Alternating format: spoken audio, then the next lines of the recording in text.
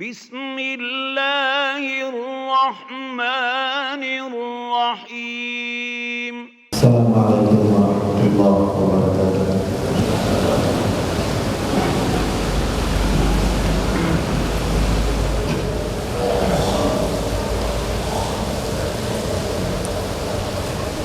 Alhamdulillah, nahmaduhu wa nasta'inuhu wa nastaghfiruh wa na'udzu billahi min shururi anfusina wa min sayyiati a'malina. May yahdihillahu fala mudilla lahu wa may yudlil fala hadiya lahu. Asyhadu an la ilaha illallah wa asyhadu anna Muhammadan abduhu wa rasuluh. Allahumma shalli ala Muhammad wa ala ali Muhammad kama shallaita ala Ibrahim wa ala ali Ibrahim innaka Hamidum Majid. Wa barik ala Muhammad wa ala ali Muhammad kama barakta ala Ibrahim wa ala ali Ibrahim innaka Hamidum Majid.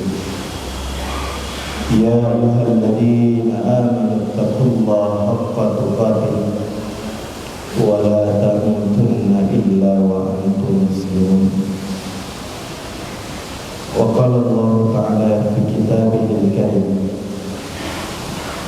a'udzu billahi minasy syaithanir rajim. Bismillahirrahmanirrahim. Inna fatahna laka fathan mubina. Wa qala Rasulullah sallallahu alaihi wasallam, fa inna asdaqal hadits kitabullah wa khairal hadi hadi Muhammad sallallahu alaihi wasallam wa syarrul umuri muhdatsatuha wa kullu muhdatsatin bid'ah wa kullu bid'atin dhalalah. Sidang jamaah Jumat yang dirahmati Allah Subhanahu wa taala. Alhamdulillah, kita berada di bulan suci Ramadan, bulan yang menjadi spirit kekuatan bagi umat Islam dalam sejarah peradaban Islam. Banyak peristiwa-peristiwa penting yang kita alami dan yang dialami oleh kaum muslimin sejak dari zaman Rasulullah sallallahu alaihi wasallam, kemudian terus berlanjut ke zaman kekhalifahan. Salah satu kemenangan terbesar umat Islam yang disebutkan di dalam Al-Quran, dan peristiwa itu berada di dalam bulan suci Ramadan. Inna fatahna laka fathan mubina. Sesungguhnya kami telah memberikan kemenangan kepada kemenangan yang nyata. Para ahli tafsir menyebutkan kemenangan ini terjadi pada peristiwa Fathul Makkah. Ini adalah kemenangan yang diberikan oleh Allah Subhanahu wa taala saat setelah perjanjian Hudaybiyah. Rasulullah bersama pasukan para sahabat dan orang-orang kaum muslimin di Madinah pulang ke kota suci Mekah, pulang melihat Ka'bah kembali, pulang ke tempat kelahiran Rasulullah sallallahu alaihi wasallam. Tidak ada peperangan, terjadi dengan peristiwa yang sangat damai sekali. Rasulullah datang, tidak membunuh siapapun, tidak membunuh para perempuan, tidak menyakiti anak-anak seperti yang dilakukan oleh orang-orang kufar. Rasulullah menaklukkan kota Mekah dengan cara yang sangat damai sekali. Beliau masuk, mendekati Ka'bah dan menghancurkan seluruh berhala tanpa perlawanan. Padahal Nabi Muhammad SAW punya kesempatan untuk menyakiti mereka seperti apa yang mereka lakukan sebelumnya. Sidang jamaah Jumat yang dirahmati Allah Subhanahu wa taala, ternyata sepanjang sejarah Islam banyak peristiwa futuhat, penaklukan, kemenangan yang dialami oleh kaum muslimin. Di kesempatan yang singkat ini, Khatib ingin menyampaikan rentetan kemenangan yang tercatat dalam sejarah Islam, kemenangan terbesar yang harus diketahui oleh orang Islam saat ini, yang harus diketahui oleh generasi Islam saat ini, bahwa Islam pernah berjaya, bahwa Islam pernah berkembang ilmu pengetahuannya, bahwa orang Islam membangun peradaban Eropa saat orang-orang Eropa tidak mempunyai peradaban, bahwa orang Islam menunjukkan kepemimpinan yang mulia dengan membawa syariat agama.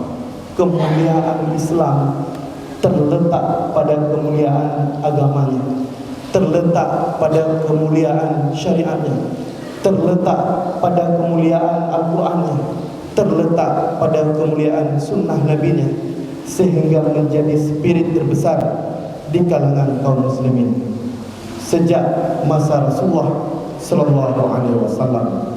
Sidang jamaah Jumat yang dirahmati Allah Subhanahu wa taala, inna fatahna laka fatahan mubina, sesungguhnya kata Allah, kami telah memberikan kepadamu kemenangan yang nyata. Kemudian sidang jamaah yang mulia, di dalam surat yang lain yang sering dibaca oleh imam tentang kemenangan yang Allah berikan kepada kaum muslimin. Bismillahirrahmanirrahim. Idza jaa nasrullahi wal fath, apabila telah datang pertolongan Allah dan kemenangan. Idza jaa nasrullahi wal fath wa ra'aitan nasa yadkhuluna fi dinillahi afwaja, dan kamu melihat manusia masuk dalam agama Allah dengan berbondong-bondong. Fasabbih bihamdi rabbika wastaghfir innahu kana tawwaba, maka bertasbihlah dengan memuji Tuhanmu dan mohon ampun kepadanya, sesungguhnya Dia Maha penerima taubat. Sidang jamaah yang dimuliakan oleh Allah Subhanahu wa taala, setelah terjadi Fathul Mekah, ada kemenangan besar lain yang harus kita ketahui. Apa itu? Ketika seorang sahabat Nabi, pejuang Islam, terkenal panglima perang bernama Tariq bin Ziyad, menaklukkan tanah Spanyol. Sidang jamaah yang mulia, hampir 800 tahun, 8 abad Islam menguasai Spanyol dan sebagian wilayah Portugal saat itu. Jadi kalau kita lihat sekarang, jejak-jejak Islam masih tersisa, walaupun di sana kita lihat sangat minoritas kaum muslimin, Tapi harus kita ketahui, ada seorang pejuang Islam, panglima Islam yang bernama Tariq bin Ziyad, membawa pasukan dengan jumlah yang besar. Kemudian dia berdiri di sebuah bukit yang bernama Gilbata. Hari ini bukit itu masih ada. Dia berdiri di sana bersama pasukannya. Apa yang dia katakan? Kita hanya ada dua pilihan. Nah, dua buah pilihan. Setelah Tariq bin Ziyad membakar seluruh perahu-perahunya, dia bakar perahunya. Kemudian dia berdiri dengan pasukannya. Kita hanya ada dua pilihan. Pilihan pertama, kita akan menaklukkan Andalusia atau Spanyol. Pilihan yang kedua, kita mati syahid, jalan yang mulia yang kita cita-citakan. Itu mental panglima perang, tidak takut mati, dan mereka berjihad fi sabilillah, cita-citanya jannah, berdiri dengan gagah bersama pasukannya. Sidang jamaah yang mulia, akhirnya Tariq bin Ziyad menaklukkan Andalusia. Kemudian di sana terjadilah khilafah di periode yang kedua, masa Umayyah. Selain Damaskus di Suriah, di sana ada khilafah. Di sana terdiri sebuah masjid nan megah, perpustakaan yang luas. Bahkan terjadi peradaban Eropa pertama, disebut dengan Masjid Al-Hamra. Menyutai Raja Spanyol. Kemudian tak kala Masjid Al-Hamra itu mungkin akan meneteskan air mata, bahwa di sana pernah lahir ulama-ulama yang dikenal. Di sana lahir ilmuwan-ilmuwan Islam yang saat itu Eropa tidak ada apa-apanya, yang saat itu orang-orang Barat tidak ada apa-apanya. Bahkan tercatat dalam sejarah, mereka cara to'ek madang. Mereka gak tahu cara mensucikan setelah membuang air kecil dan air besar. Mereka tidak tahu do'ek sembarangan. Mereka keluarkan air besarnya sembarangan. Kota-kota mereka bau dan kotor. Kenapa? Karena mereka tidak ada peradaban. Siapa yang mengajarkan mereka? Yang mengajarkan mereka adalah peradaban Islam, Khilafah Umayyah. Yang mengajarkan mereka adalah Andalusia, sebuah khilafah Islam yang sangat maju saat itu. Kuncinya apa? Kuncinya syariat Allah. Kuncinya apa? Kuncinya Al-Quran. Kuncinya apa lagi? Kuncinya sunnah Rasulullah Sallallahu Alaihi Wasallam. Lahir para ilmuwan kedokteran yang dikenal sampai saat ini. Orang-orang Eropa menyebut dia Ibnu Sina. Itu dikenal sebagai ahli kedokteran di kalangan orang-orang Eropa. Lahir Al-Farabi, lahir Al-Khawarizmi, lahir banyak sekali ilmuwan-ilmuwan Islam yang saat itu orang Eropa tidak ada apa-apanya. Dengan Al-Quran mereka terinspirasi.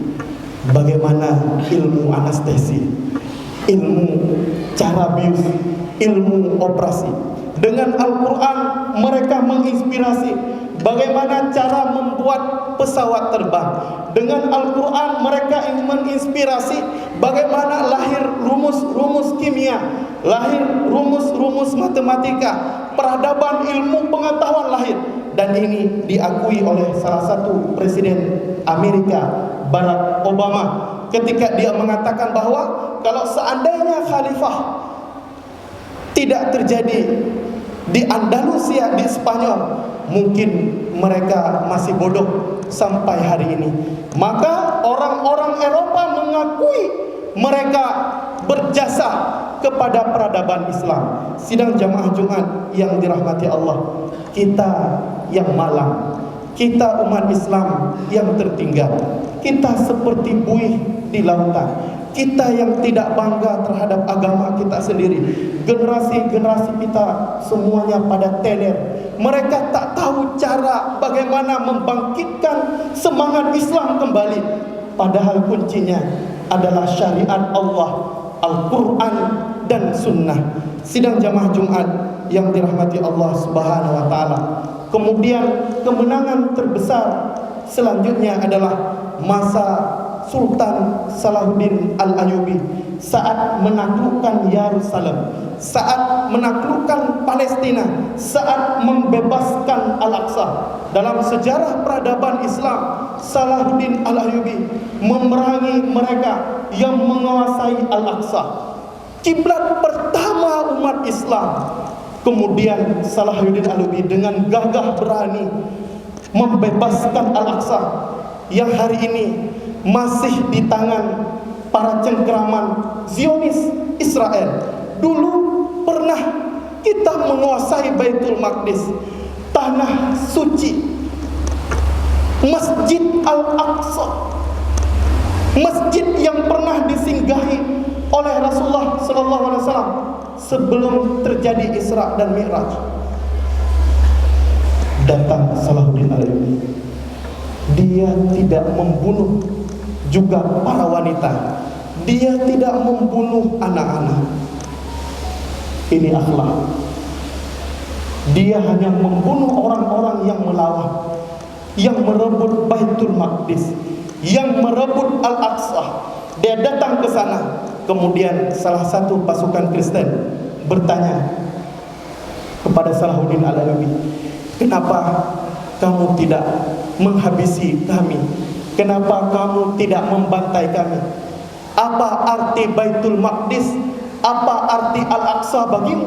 Kemudian Salahuddin menjawab, "Kami tidak diajarkan di dalam agama kami, kami tidak diajarkan di dalam Islam untuk menzalimi perempuan. Kami punya adab-adab dalam berperang. Bagi kami Masjidil Aqsa, Baitul Maqdis adalah segalanya." Kemudian hari ini kita lihat saat umat Islam di Palestina dibunuh secara membabi buta, kita hanya menonton. Saat mereka rumah dibom, disakiti, orang Islam hanya menonton.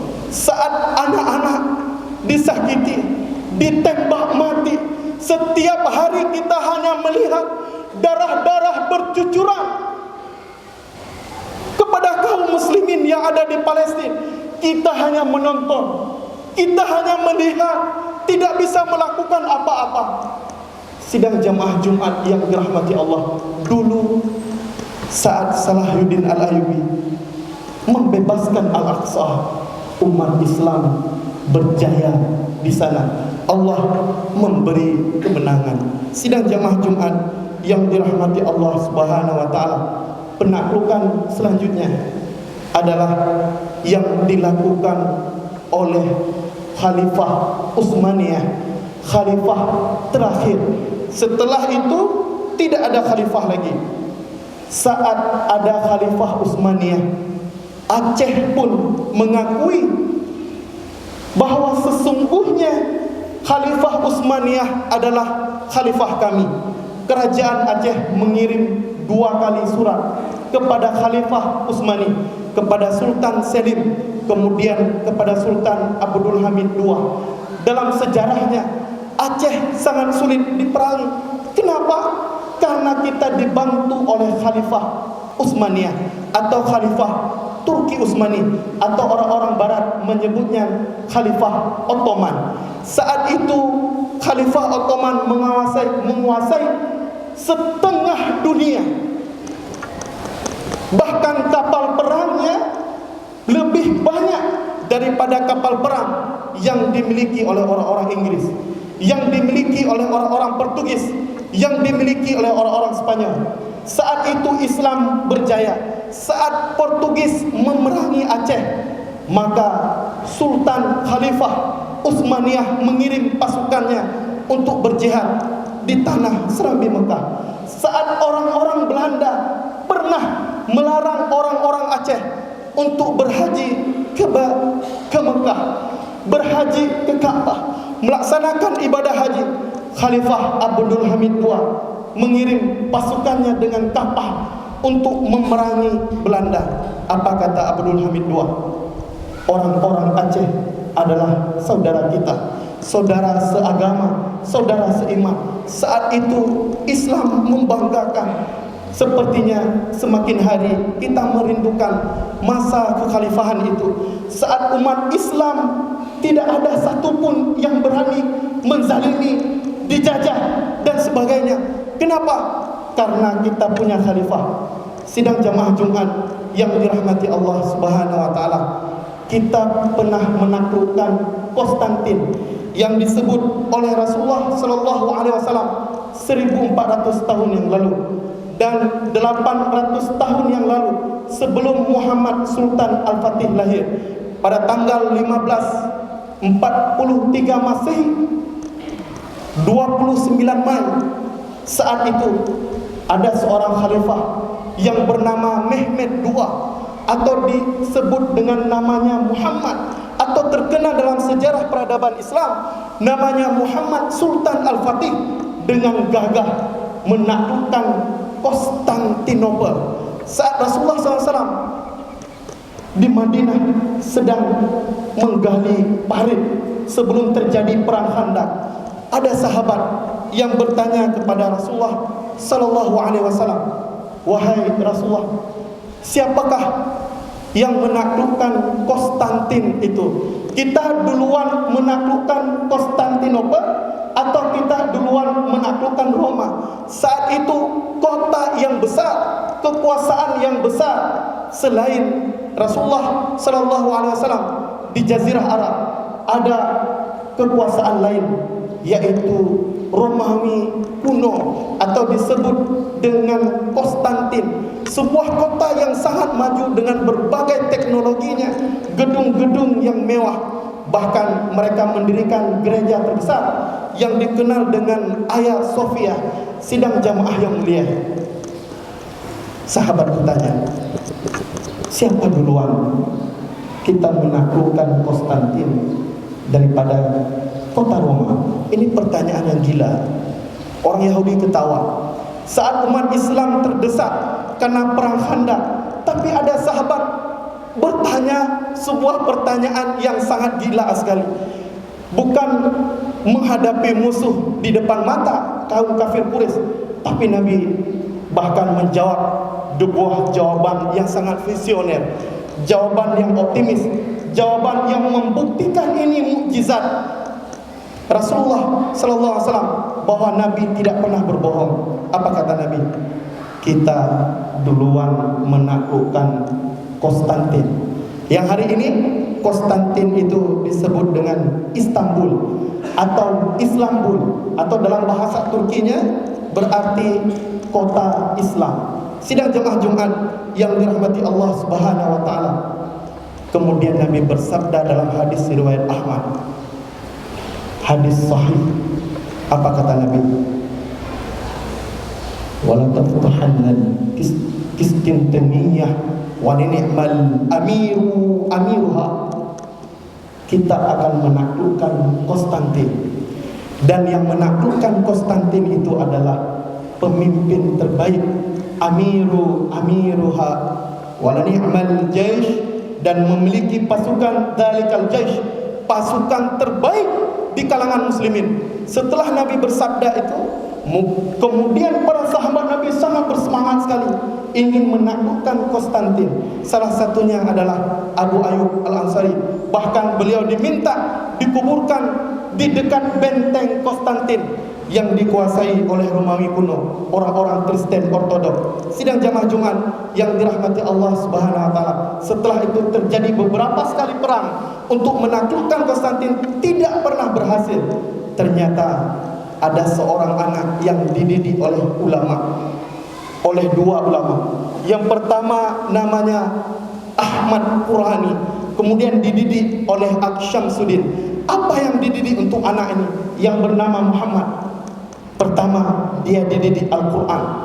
Ahmad Qurani, maka orang Aceh benar gure, nyohana gure bahaya. murad seorang ayah Muhammad Sultan Al-Fatih ini seorang khalifah, tapi menitipkan anaknya kepada ulama terbaik pada masa itu untuk diajarkan Islam. Pertama diajarkan Al-Quran dan Sunnah. Syamsuddin, apa yang dididik? Setelah Al-Quran dan Sunnah, dididik akhlaknya. Setelah dididik akhlaknya, kemudian dididik tentang sejarah-sejarah peradaban Islam, sehingga lahir Muhammad Sultan Al-Fatih. Pada umur 12 tahun, dia mampu menghafal Al-Quran 30 juz. Pada umur 17 tahun, dia diangkat menjadi khalifah, kemudian menguasai 8 bahasa. Sangat cerdas. Pada umur 21 tahun, dia mampu menaklukkan Konstantinopel. Sidang jamaah Jumat yang dirahmati Allah Subhanahu wa taala, setelah terjadi 50 hari peperangan, Al-Fatih tidak pernah mengeluh. Muhammad Sultan Al-Fatih tidak pernah putus asa. Walaupun mereka kalah dalam jumlah pasukan, walaupun mereka kalah dengan besarnya kapalnya, tidak kehabisan akal.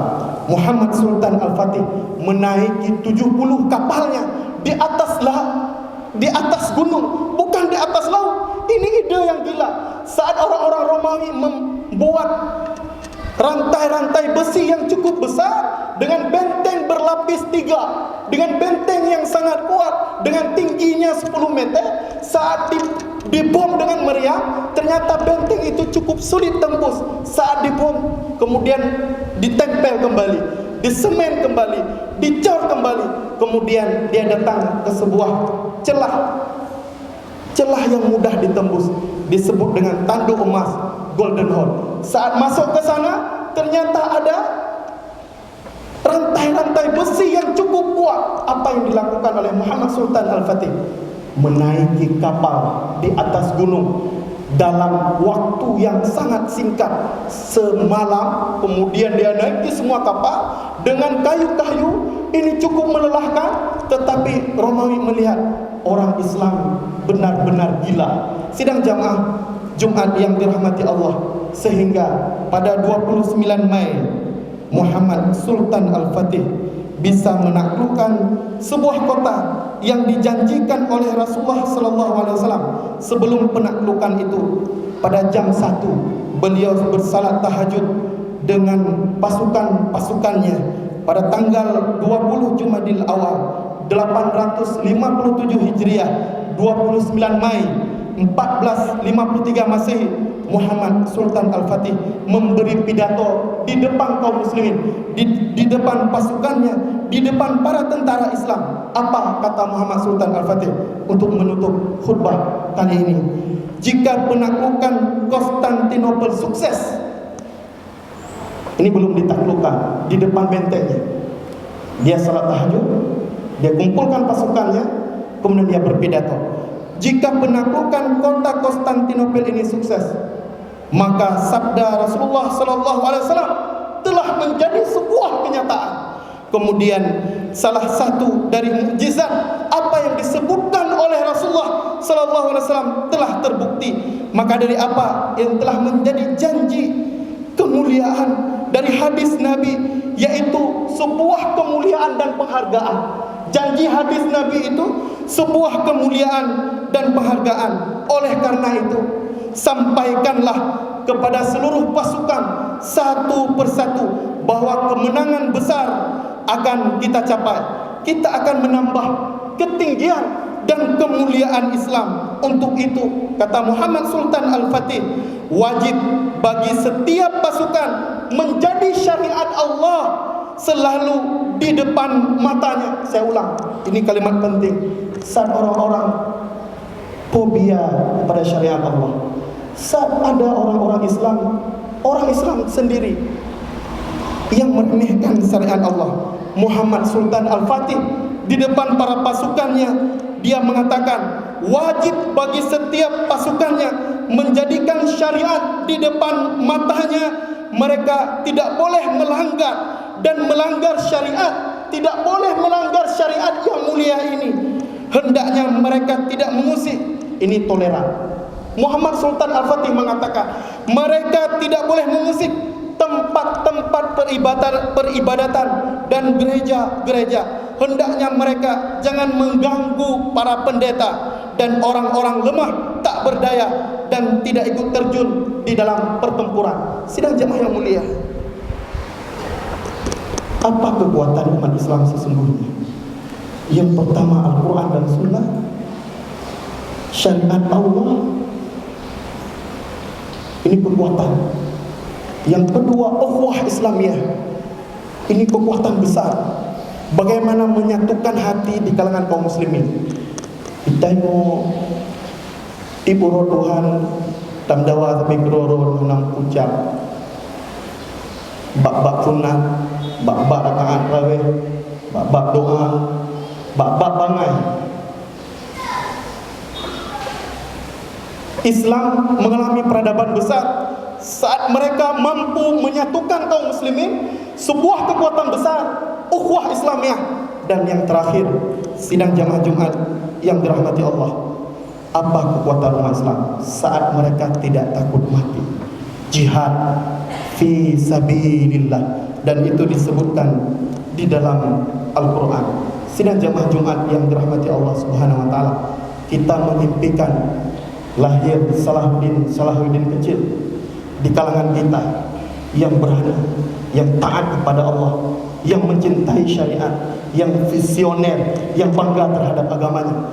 Kita mengimpikan lahir Tariq bin Ziyad kecil yang tidak takut mati, yang membawa agama kepada kemuliaan, yang membawa peradaban Islam, yang membawa ilmu pengetahuan.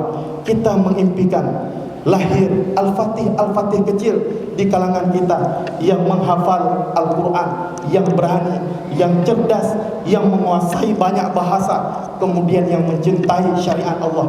Kita tidak mengimpikan lahir anak-anak kita yang pesimis, yang tidak bangga terhadap agamanya, yang mereka takut kepada Islam, yang mereka membenci agamanya, yang mereka menghabiskan waktu 24 jam dengan game-game yang tidak manfaat. Mereka menghabiskan waktu 24 jam di kedai-kedai kopi. Mereka lupa bahwa Aceh pernah di bawah Khalifah Utsmani. Subhanakallahumma wa bihamdika, asyhadu an la ilaha illa anta, astaghfiruka wa atubu ilaik. Barakallahu li wa lakum fil Qur'anil azim wa nafa'ani min ayati wa dzikril hakim wa taqabbala minni wa minkum tilawatahu innahu huwas samiul alim.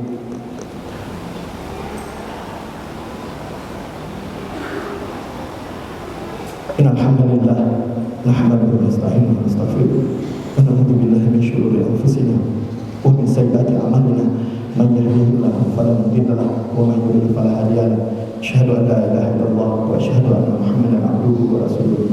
Allahumma shalli ala Muhammad wa ala ali Muhammad kama shallaita ala Ibrahim wa ala ali Ibrahim innaka Hamidum Majid. Wa barik ala Muhammad wa ala ali Muhammad kama barakta ala Ibrahim wa ala ali Ibrahim innaka Hamidum Majid. Ya ayyuhalladzina amanu taqullaha haqqa tuqatih wa la tamutunna illa wa antum muslimun. Wa qala Allah ta'ala fi kitabil karim, a'udzu billahi minasy syaithanir rajim. Bismillahirrahmanirrahim.